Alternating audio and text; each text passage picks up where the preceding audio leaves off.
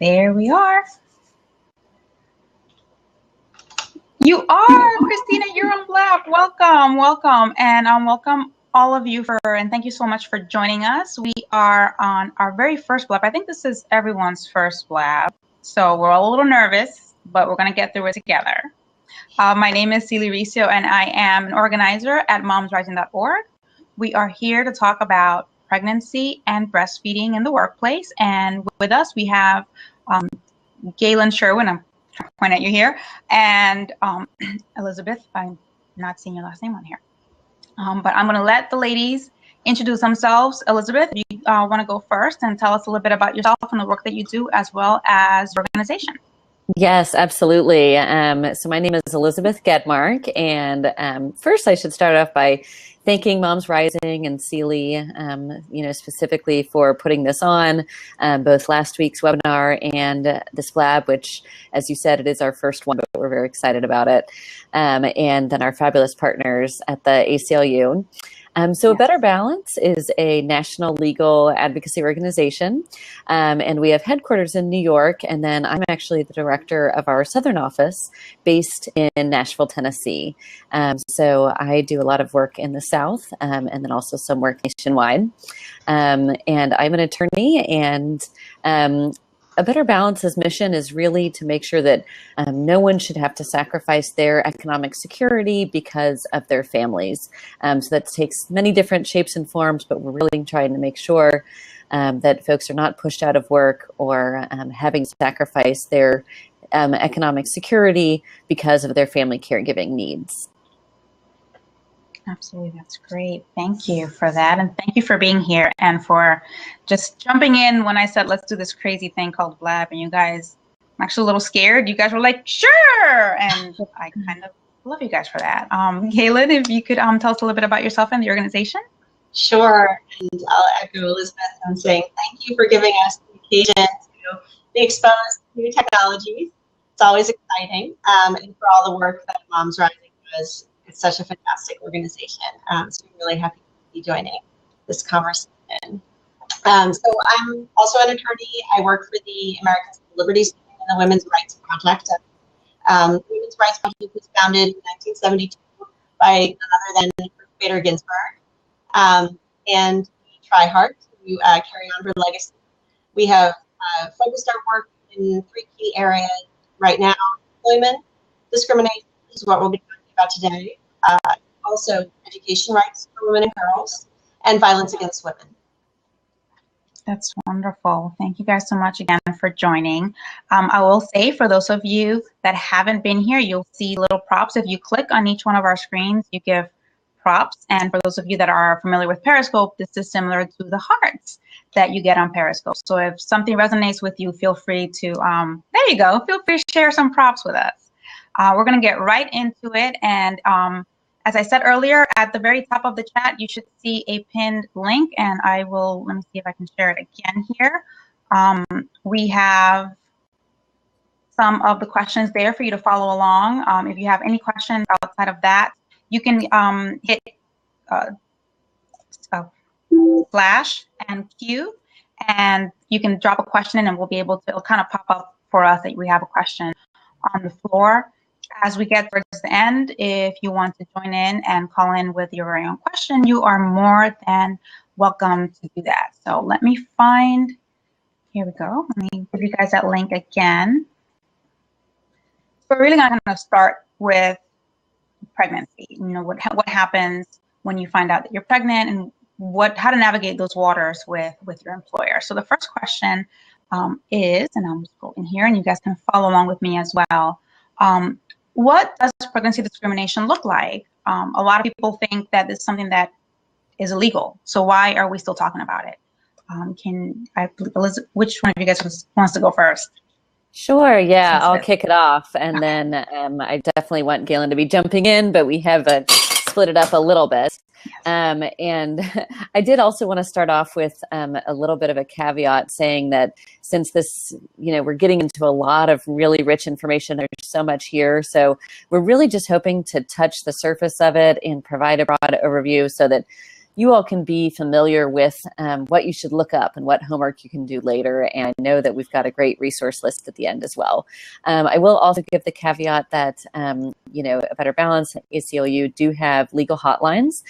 So definitely call us for specific legal advice and questions about, your specific situations, and otherwise, if you could keep your questions, more along the lines of a hypothetical or something vague. So with those sort of lawyerly caveats, I'll get into answering the question.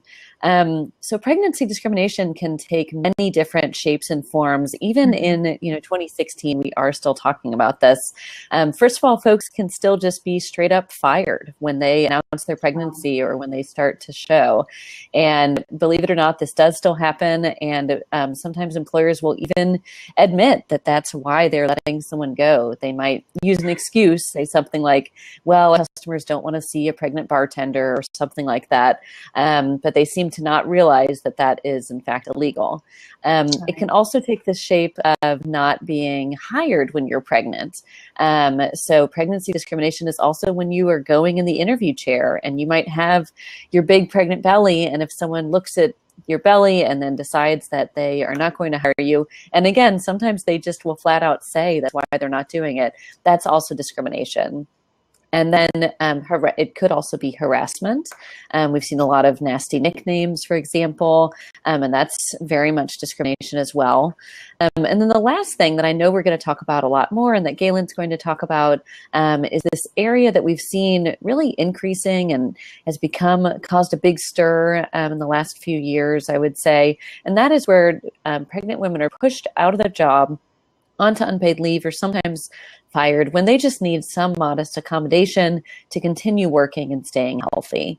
So we'll get much more into that, but that's a little bit of an overview of what that looks like for folks. And that's incredible for me that people still have that issue with not wanting to go on an interview. And I've heard that before as well. I think women kind of just feel apprehensive about interviewing while they're pregnant because they feel that that's going to be an issue in the interview process. Yeah, a lot of women decide that they want to conceal their pregnancies during an interview and wear, a really large coat or something so that they don't have to disclose it. And that's perfectly within your rights. You do not have to disclose a pregnancy while you're interviewing. And in fact, you might want to just wait until you actually are given a job offer. And then if you decide to disclose your pregnancy, you'll know there's something fishy if they withdraw the offer. Right. Wow. I'm not going to get angry. We're just at the first question. I'm not going to get upset. Galen, you want to jump in here with some thoughts on that?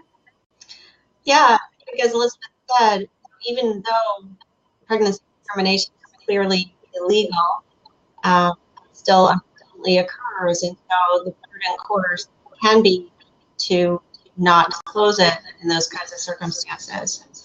I also just want to add that, other forms of pregnancy discrimination can include things like having your job reassigned or being assigned to a job with less responsibility, as well as things like fringe benefits, for example, accrual leave when you're on leave or during pregnancy. Using, for example, a sick day during pregnancy, you should be penalized for that. Treated the same way as everyone else who uses the sick day. And as Elizabeth mentioned, things like right to request and to get signed modified job assignments. Right. Like I said, I'm not going to, last time I was all over the place just hearing about some of these things and when we started talking about the stories. So let's jump into question number 2. And what rights does a pregnant worker have at work, and what types of reasonable accommodations are necessary for some pregnant workers? Sure. So I can take this one. You have the right not to be treated differently because of your pregnancy. That means your employer has to treat you the same as they treat others who are similar in their ability or inability to work. So your employer can't treat you worse than anyone else because you're pregnant. And when it comes to modified assignments or need for accommodations, those can take different forms. Many women can work throughout their pregnancies without the need for any accommodations. It really depends on the pregnancy, the specific medical situation for the woman, as well as the job duties.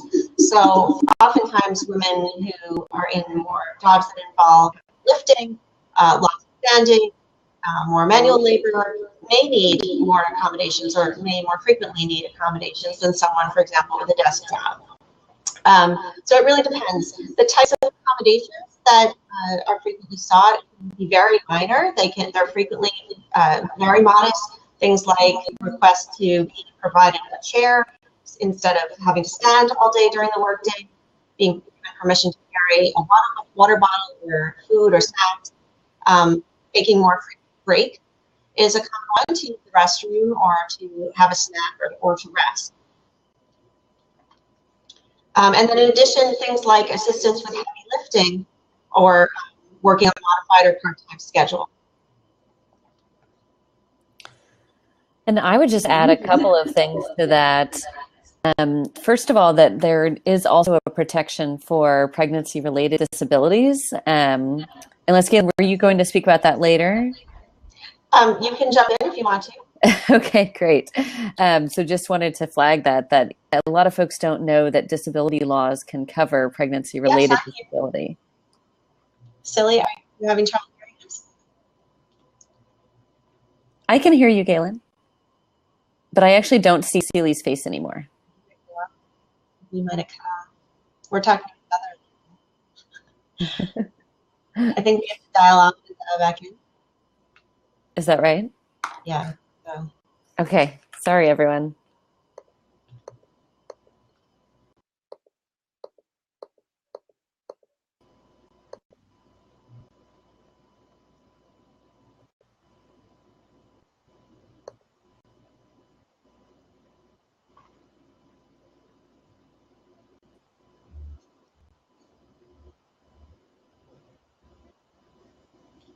So we're both back.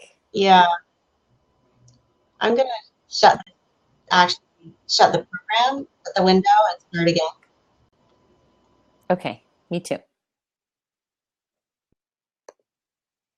I apologize for that. Oh, hi, Celie. Hi, sorry about that. I'm not sure what happened. No problem. Galen was chatting. Yeah, and Galen was just going to pop back in. Yay! Hi. I think I did something. I'm not sure what I did, but I won't do it again.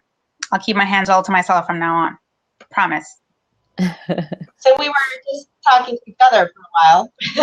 We're glad to have everyone else back. So we were talking about what rights pregnant women have. We had gone over the types of accommodations women might need, and we were just about to talk about potential rights under the American Civil Liberties Act. Right.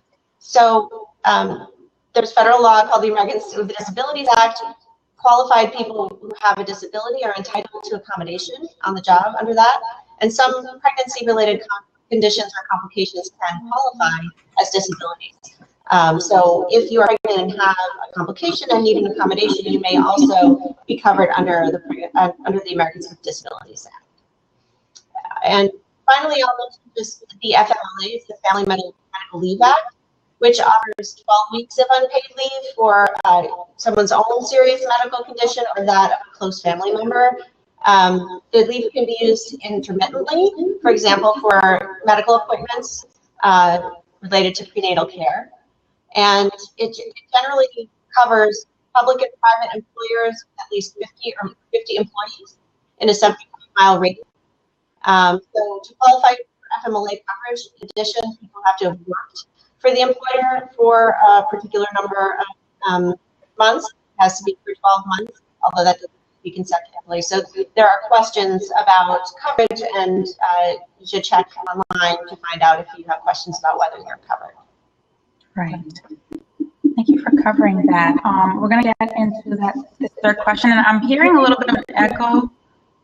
I'm not sure if, Galen, do you by any chance have earbuds that you might be able to try, or no? I can try. Okay. I think that might be it. Root around and try and find them.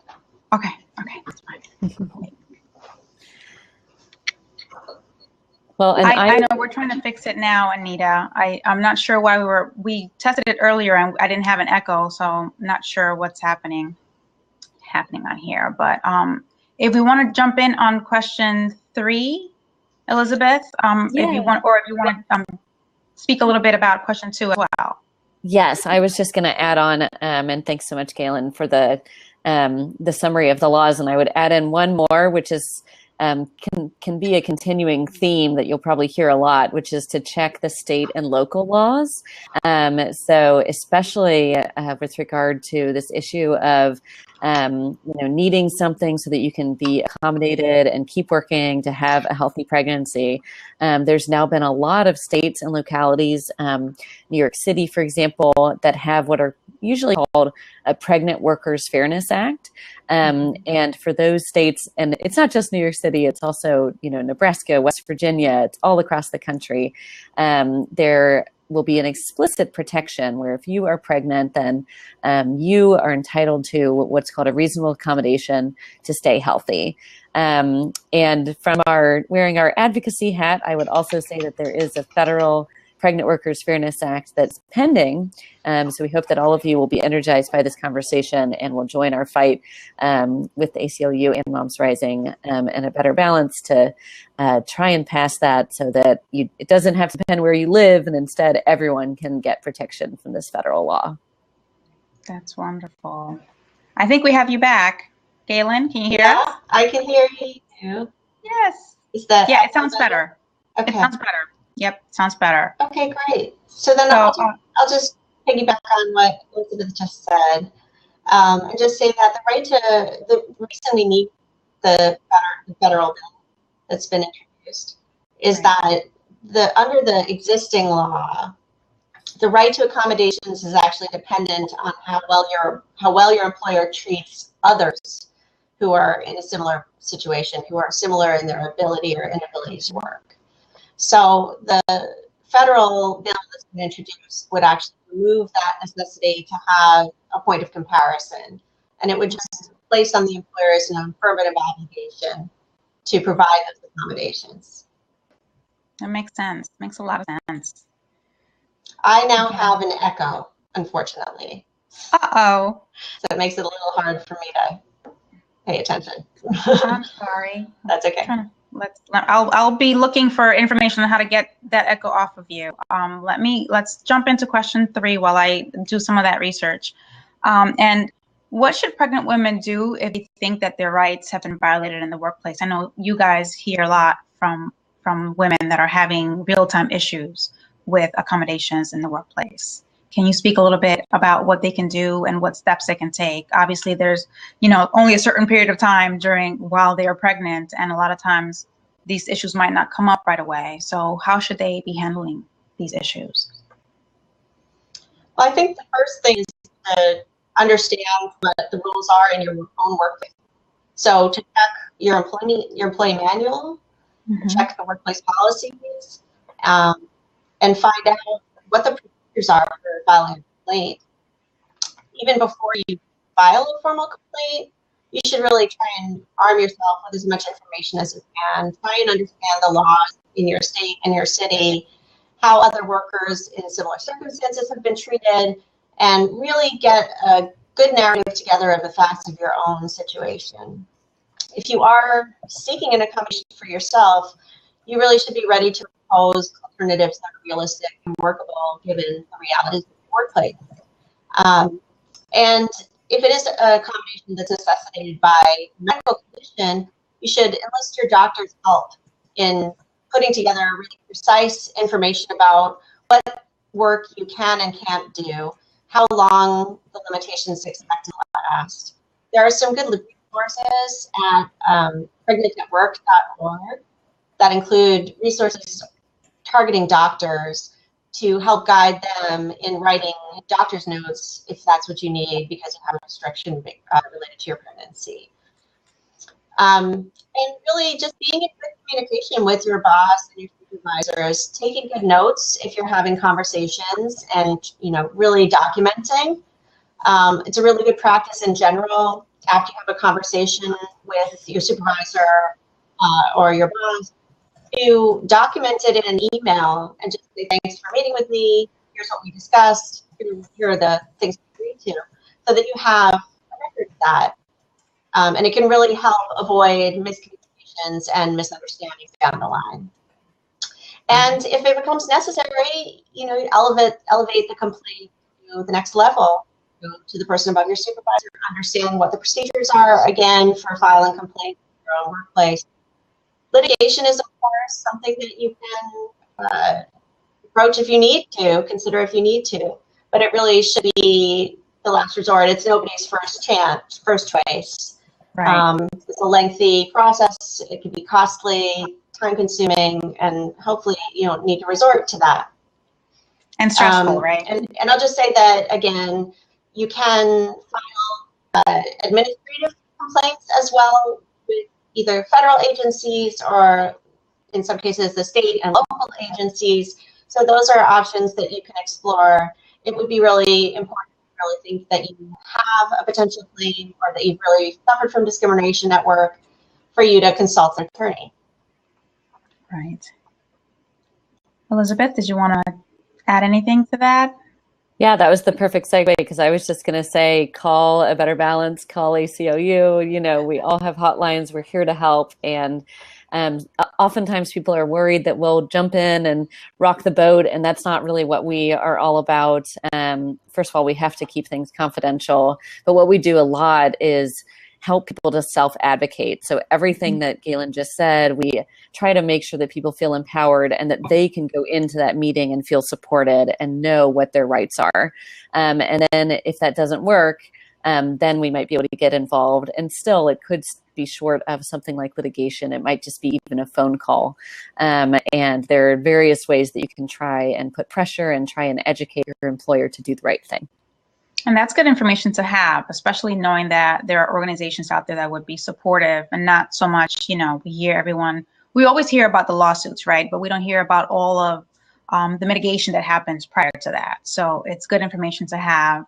And I think, I feel better knowing that I can turn to organizations like you guys to make sure that, you know, if there's an issue, you guys will be kind of have someone's back and be able to provide the information and all the details, because there's so many different facets that we've talked about and that we'll continue to talk about as we head into the other questions. But it's good that you guys are there. I'm happy you guys are there. So we've talked about pregnancy, what happens, you know, when we get to the stage. Now we are going to roll up into FMLA and paid leave. I know that there was a question earlier about it, but jumping right in, can either of you jump in and tell me what the difference is between paid leave and FMLA? I speak with people on a regular basis. I know I certainly wasn't aware of the differences when I had to take paid leave and, you know, dealing with FMLA and all that other fun stuff. So can you guys tell us what the difference is between FMLA and paid leave? Yeah, so it's worth noting that the U.S. is one of only 3 countries in the whole world that does not have a national paid maternity leave law. So we really are behind the rest of the world on this, and we also don't have paid paternity leave or paid family leave. So the FMLA, the Family Medical Leave Act, as Galen was talking about, is the only national law that we do have that provides for some time off for folks to either take care of themselves or a new baby or a seriously ill loved one, family member. And there's only some family members that count, unfortunately. And that one of the most important takeaways is that law is unpaid. So the main difference between, you know, paid leave and the FMLA is that the FMLA is really not providing any payments.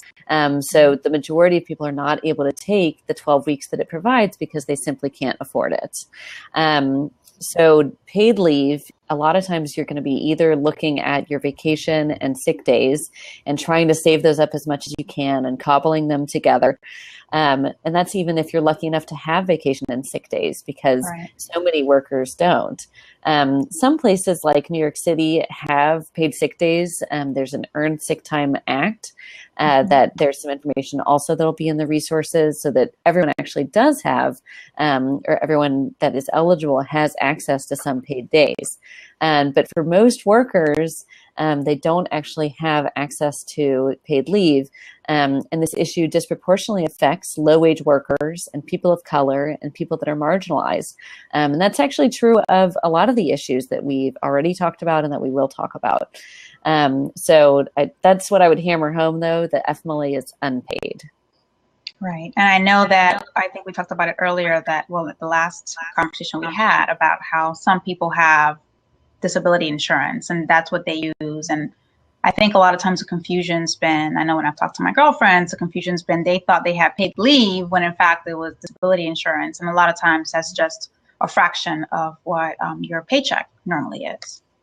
Right. And so disability, there are only 5 states that have a statewide disability insurance program. And all of this information, I know there's a lot of it is available on our website, babygate.abetterbalance.org. But in New York, for example, there is a temporary disability insurance program that everybody pays into from their paycheck. And you can withdraw from it when you are recovering from childbirth, but not when you are just bonding with your baby and you're, up in the middle of the night changing diapers and they're a little bit older. There's not that type of coverage. It's really just for your own physical recovery. There are 4 states that have paid family leave where they have taken the temporary disability insurance programs and have extended those so that you can take care of your families, not just your own recovery from childbirth. And those are New Jersey, New York, Rhode Island, and California. New Jersey just passed. We're really excited about it. It won't actually go into effect until 2018, but I'd urge everyone to go ahead and start educating yourselves about it. Right. Happy about the 4, and let's see who else comes next, right? Galen, did you want to jump in on that? No, I think Elizabeth covered it. Wonderful. So along those same lines, how can you find out if you're eligible for paid leave? So we talked about basically those 4 states, right? That's pretty much it. Right. And the eligibility requirements are just going to be different for each state. So, I would urge you to go ahead and look those up and get the more specific details. I would also mention that, in addition to some of the programs we talked about, you could also check with your union if you do have a union, and check with your union rep to make sure that sometimes folks have disability benefits that are private and that are through their collective bargaining agreement, or even if they're not unionized, they might just have it as a workplace benefit and you might not know about it. So doing your homework, all the stuff that Galen talked about before with looking through the policies, checking around, those are really your best options.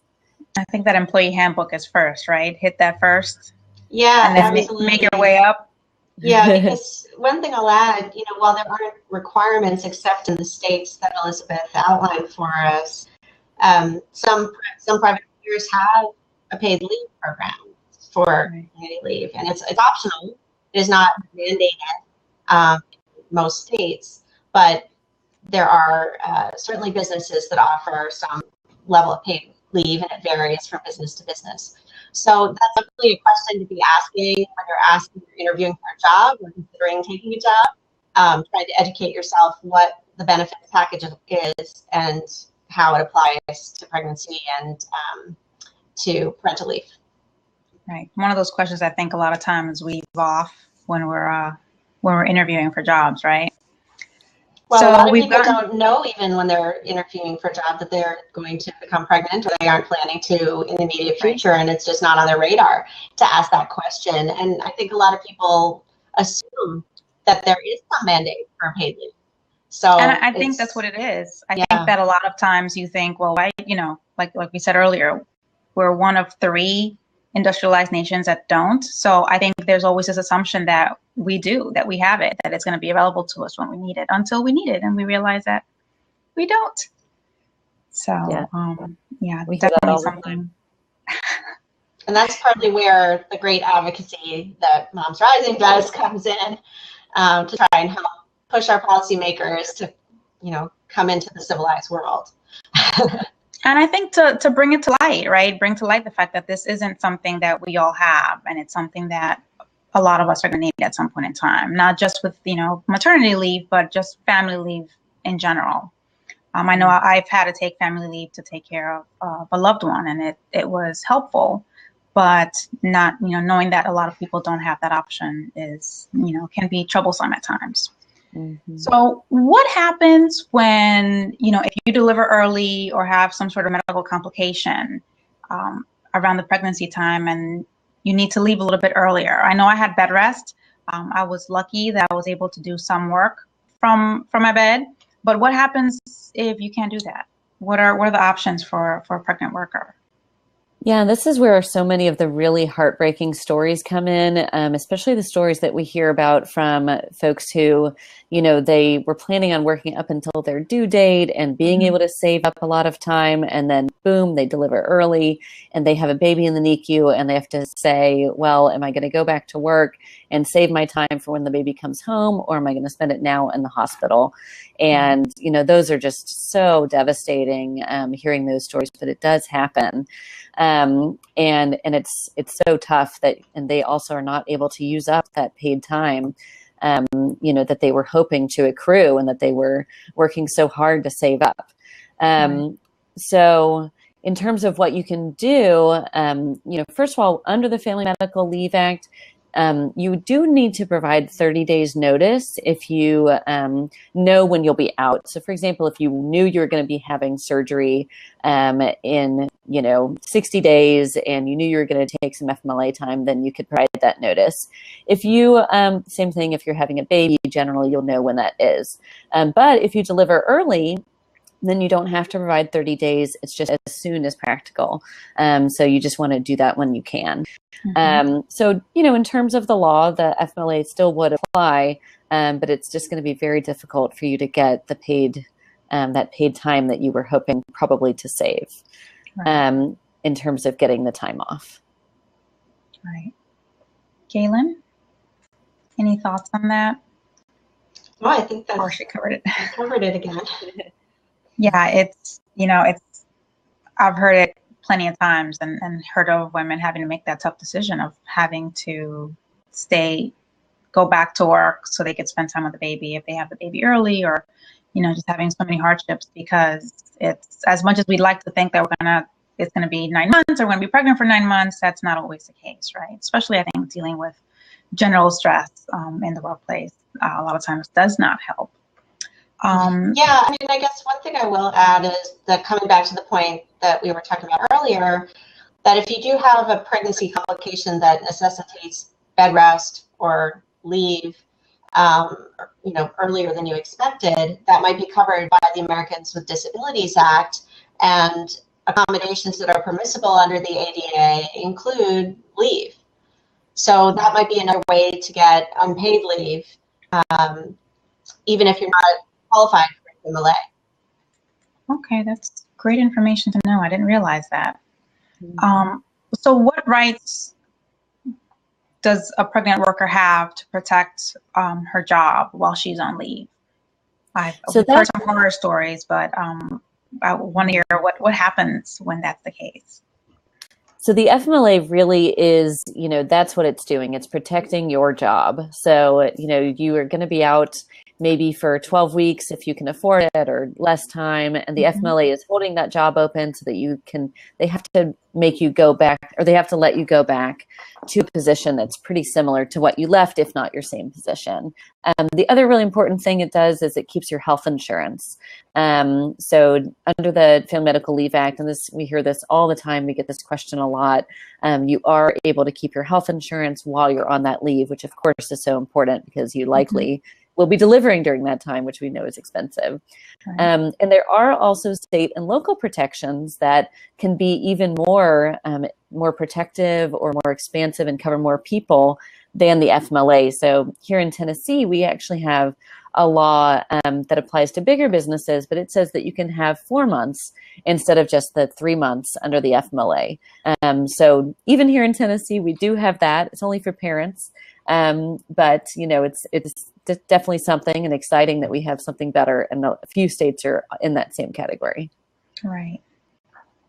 Important to have and important to know. I think a lot of times, again, we keep talking about the resources and all the information that's out there, but it's because there's so much of it, and it's not just one. We don't just have one way of how things happen when we're dealing with pregnancy. So good to have all the information.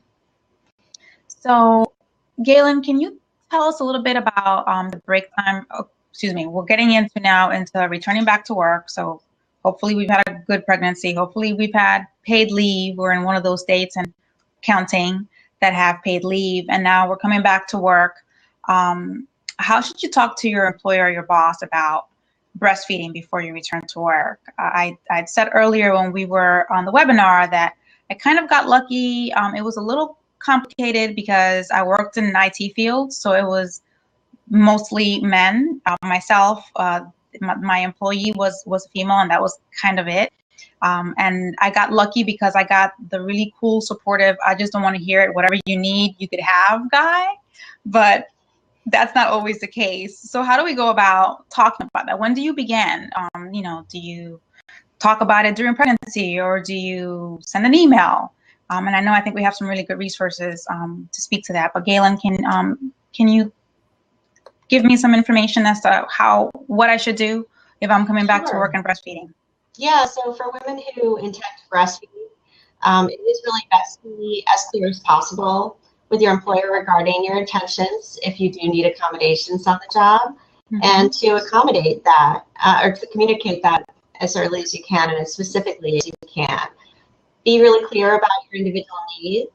Think about the constraints of a particular workplace, and ask your employer what options are available. So, for example, if you need, you'll need a private space, a room that's not a bathroom. Think about some options that exist and prepare to go to your employer with those ideas. And be prepared to negotiate and be flexible, but to understand what your baseline rights are. It's common or frequent that women will need to take regular breaks of every 2 or 3 hours. It really varies from woman to woman, but that's really typical if you're coming back pretty soon after having a baby. So ask your employer to make sure that that will be possible. And if you know that you'll need coverage for that time, then talk about how that's going to be made available to you. So yeah, again, just try to be as specific as you can and communicate as early as you can about your intentions. And you can put that in an email. You could, again, you should look at what your company's individual policies are, whether there's any policy about accommodation in the handbook. And particularly if there are any procedures you're supposed to go through. All right. Elizabeth, I know we talked a little bit about the break time for nursing law, which kind of covers a little bit of this. If you could just give us a little bit of information as to what that means for moms who are covered by that law. Sure. Well, first, I just wanted to jump in on, I definitely agree with everything with Galen, and I would just add, so I'm pumping myself now that, stick with it. And I know that it can be challenging sometimes, but it's just sometimes you have to get over that hump of that transition when you're going back to work, and it can be challenging and you feel like you're doing it so much, but then, you really can get into a rhythm, especially after a couple of months. It's the same as what we've talked about before, where you want to do your homework and you want to know what the laws say. I think Galen was going to go a little bit more into detail on the exact provisions of the law. But, there is federal law and there's often state laws that can help you. So knowing that, if you do get any pushback, and being, the best advocate you can for your rights will be really helpful. And that's where we talked about paid leave, and this is kind of where you see that coming together, because we find that women that have access to that time are better able to stick with it, stick with breastfeeding, and it's just something that happens because of time, right? Like you said, sticking with it, but having that time and being able to actually be home with your baby to establish breastfeeding practice and get used to it and get comfortable with your baby. It's super important. Stick with it. Yes. Galen, you want to get into a little bit about the law itself and what it covers? Sure. So there was a federal law that was actually passed as a part of the Protection of Affordable Care Act, also known as Obamacare. So thank you, Obamacare, on this and many other things. And it's known as the Break Time for Nursing Mothers Law. And Under that law, covered employees have the right to take unpaid breaks, reasonable unpaid breaks to express breast milk, and they have a right to a private location other than a restroom. That's a really critical provision, that it cannot be a restroom. The room has to be free from intrusion from coworkers, and you have that right for up to a year following the baby's birth. So again, right to a location that is private, free from intrusion, not a bathroom, and reasonable unpaid breaks. Those breaks have to be given to you at any time you have the need to come. So that means your employer shouldn't be questioning you and saying, didn't you just do that? Wait a little longer. You actually have the right to take the break when you need to take the break. Right. As frequently as needed, and it also means for as long as is necessary. I mean, it has to be reasonable, but if you're someone who takes 20, 25 minutes to fully empty the breasts, then that's the time you're allowed to take. Women have very different needs in this regard, so for some women, it's very quick. They can take care of it in 10 minutes time. For other women, it's more of a process, and it will take longer. And so just know that the law essentially takes that into account and is meant to be flexible and tailored to your individual needs. I mean, and even without your needs, you need like a 5-minute head start just to put all the equipment together. Exactly. So it should even before you include get the there. time to set up and break down the equipment and clean it. It should also include the time it takes to get to the place where you're pumping. So if your designated lactation room is a 10-minute walk, or even a drive in some cases, for some, that has to be taken into account, and that has to be afforded you, that break time. Got it. That's good to know. I never think about the time. Sometimes we're not in an office, right? Or we're in different buildings and need to find a place that will accommodate you. That's not a bathroom. I want to repeat that again. That's not a bathroom. Just want to make that comment. So what about discrimination? Like, are breastfeeding employees protected if, let's say, my boss tells me that I need to pump in the bathroom? Yes. So you are protected against complaining about your employer's failure to comply or failure to give you the accommodations you request. You're protected against complaining about the conditions. For example, if the room that they've given you is a bathroom, or if it's not clean, or if people are walking in on you, or if the lock doesn't work on the door, you're allowed to let your employers know about the insufficiency of the room, and they can't retaliate against you, which means they can't take any negative action against you because you made those complaints. And you're actually just protected in asking for the accommodations in the first place. In addition, if your employer is treating you less well than they treat other people who need accommodation, that would also be considered sex discrimination, and it would be covered under the laws we talked about earlier, the Pregnancy Discrimination Act, which requires your employer to treat you just as well as it treats anyone else who needs similar accommodation. So, for example, your employer gives breaks without hassling people to people who need to come outside and smoke a cigarette. When you ask for a break for pumping, you're going to have a hard time and say, should we continue to do your work during this time? Or, they start monitoring your every move, subjecting you to more scrutiny, or even disciplining you. All of those things would be prohibited under the law. Right. Smoking break, pumping break. Not going to get into it. So what do you do if you have an employer that, refuses to comply with the break time law? And I want to get into a little bit as to what that does cover in a few minutes, but what happens if they're not complying with the law? Well, certainly you want to go through, again, your internal company's process. So arm yourself with the information about how you're supposed to handle complaints about a specific nursing policy under that policy, or if it's just a complaint about a policy about sex discrimination or harassment, you want to know that too and follow those procedures. If that doesn't come to anything, then covered employees under this law whose rights are violated can file a complaint with the Federal Department of Labor and the Department of Labor will investigate. In addition, if lost wages or overtime because of your employer's failure to provide the accommodations required, then you actually have a right to go to court. And the same is true if your employer retaliates against you, takes any negative action against you because of your asking for these accommodations that you're guaranteed under the law, or complaining about their failure to comply in other ways. For example, the negative conditions that you're being forced to come under. Right. So we're gonna, if you guys want to, if you have any questions, if you're in the chat and want to call in with a question or drop it into the chat, that would be great.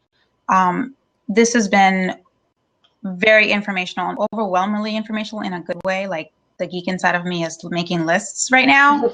I am going to share that link again. We have just the questions at this point and then the resources at the end. But if you guys want to, Galen or Elizabeth, to shout out some resources. I know we've talked about Pregnant at Work, which I'll share here. I believe I shared Babygate. But what other places, you know, we've talked about pregnancy discrimination, about FMLA and paid leave, and breastfeeding when you return and pumping back when you return to work. Where could we find some of this information? And I did want to flag, I see that we do have a question, yes. So I just want to make sure that didn't get lost. Let me go back up here. Hold on, give me a second. I lost it. Thank you for reminding me. It says if you work for a small company. Yes. Okay. Take it away. Lisa left, but I think that was a really good question.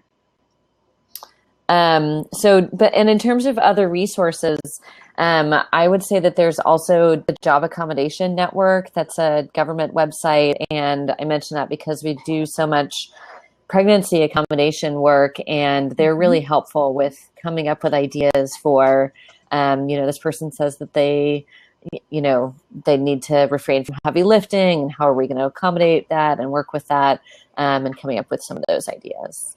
Right. So getting back to, I believe it was Elisa's question that asked about what happens if you work for a small business that has less than 50 employees with regards to FMLA.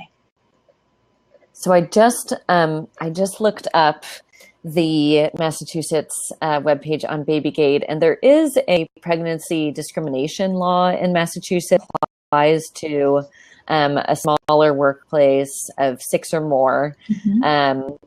So there might be some aspect of that if someone is fired because they are pregnant, or if they are otherwise discriminated against because they're pregnant.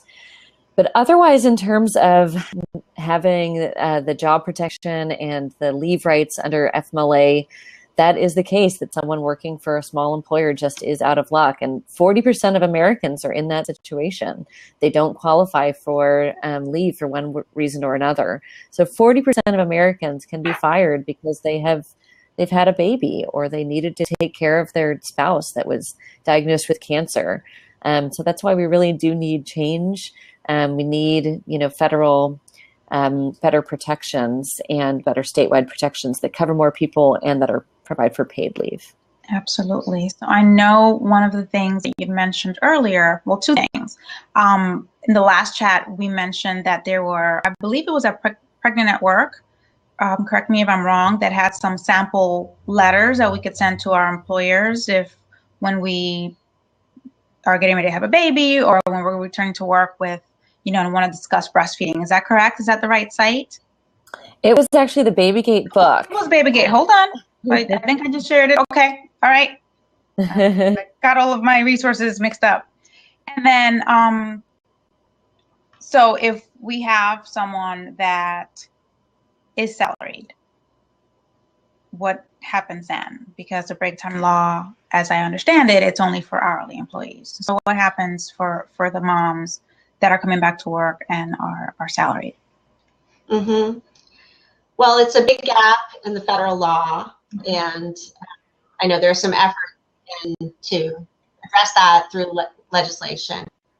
But I will say that there are a lot of states that also have these requirements, and most of them are not limited in this way. There are a few of them that are limited to public employees, but for the most part, they provide much broader protection in terms of the types of workers who are covered. So if you think, and I'll also respond to one of the questions I saw pop up in one of the comments, which was the federal law only applies for 1 year after the baby's born. Some of the state laws go further and for longer. So, for example, New York State's is for 3 years after the baby's born. Oh, okay. Yeah. So, but if there is no similar protection, there may still be a right to accommodation related to breastfeeding that we can argue applies under the Federal Pregnancy Discrimination Act. And so that's another angle that can be explored. It's less clear-cut than the affirmative obligation that exists under the federal break time law. But I think it's very, to make that argument we make all the time in our cases, that women who are breastfeeding are entitled to the same degree of accommodations as others who are similar in their ability or inability to work. Right. And I just shared a link for state laws. I know that in Florida, it does cover, the state law does cover salaried employees. So definitely check with your state as you're doing your research for, you know, your leave and all of that good stuff as well, because a lot of states, well, not a lot of states, but some states have laws that kind of cover that gap a little bit as best as possible. But I think I shared that link around here somewhere for the state laws. And we do have, and I've been sharing out intermittently, presentation. Again, it has some of the questions. We'll be filling it out with some of the information that was shared here today. But at the bottom, we have a growing list of resources. This resource list makes me happy, including the ACLU, A Better Balance, BabyGate, information about paid family leave in New York, information about paid sick time in New York, how to file a complaint, employment protections for workers who are pregnant or nursing, Center for Life Law. I mean, we've got all kinds of fun, fabulous stuff. Yes, ACLU is a resource. You guys are right on top of the list. So certainly if you, I'm going to share it here, if you guys head on over there, like I said, I love the idea that you provide, that BabyGate provides templates for pregnant workers to use as they're speaking with their supervisors. So I think a lot of times it's a little awkward, especially when we're coming back and we're talking about breastfeeding, because nobody wants to hear it, right? Especially if you work with a lot of men, and actually sometimes if you work with women, people don't want to hear it. So it's nice that you are able to provide that resource. I know that I would have been very grateful if I had found your link 7 years ago. But it's good information. I want to thank you. Did we have any additional questions before we head out? I'm seeing, I haven't seen any additional questions come through. New resources. Yes, Nina. It can be hard. It's very hard having that conversation. If we don't have any questions, I want to thank my guests for taking the time right after bedtime to hop on this Blab and chat with us and give us this invaluable information. I know that I thought I kind of had a good idea, but from the webinar last week and tonight, I've picked up some information I didn't know. So I really, really thank you for coming on and sharing this great information. Again, the resources are there, ACLU.org, abetterbalance.org, along with a plethora of links for your reading pleasure, because if you're like me, you're going to want to get into all this stuff. Head on over to that presentation. If you have any questions, you can always send us some tweets at MomsRising, at A Better Balance, at ACLU. Yes? Is that just ACLU? Yes. And we will try our best to answer any questions that you might have. Thank you so much. Thank you guys for joining our first Blab. It wasn't too bad. Had like a little moment there where I left. I tried to hit something and it wasn't what I thought I was hitting. That's me being just radical honesty. This is what happens. I hit a button and I left for a little while. But thank you guys for bearing with us. Again, my name is Celia Ricio, and I'm an organizer with Moms Rising. We hope that you have a great night and that this has been, that you've gotten as much information out of it as possible and that this has been beneficial to you. We will have this. We've been recording. Hopefully that didn't pause. We have been recording, so we will get this up hopefully on our YouTube channel for those of you that missed it. And you can always catch the replay here. Come back to Blab and catch the replay. So let your friends know. I know sometimes, we can't all be here at the same time, but we will be around for posterity and replay.